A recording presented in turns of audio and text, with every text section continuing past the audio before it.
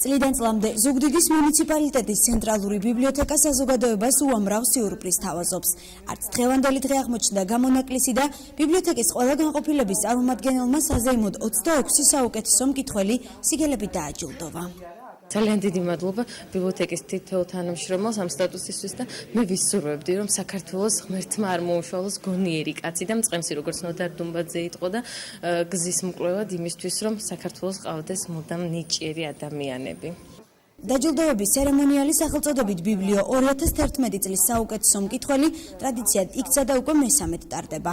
დღეს წლის ყველაზე აქტიურ მკითხველად როგორც პატარები, ასევე დიდები დასახელდნენ. მათ შორის ყველაზე საპატიო მკითხველად ვახტანგ კვარაცხელია გამოვლინდა და სპეციალური ყველასაგან განსხვავებული სიგელი გადაეცა.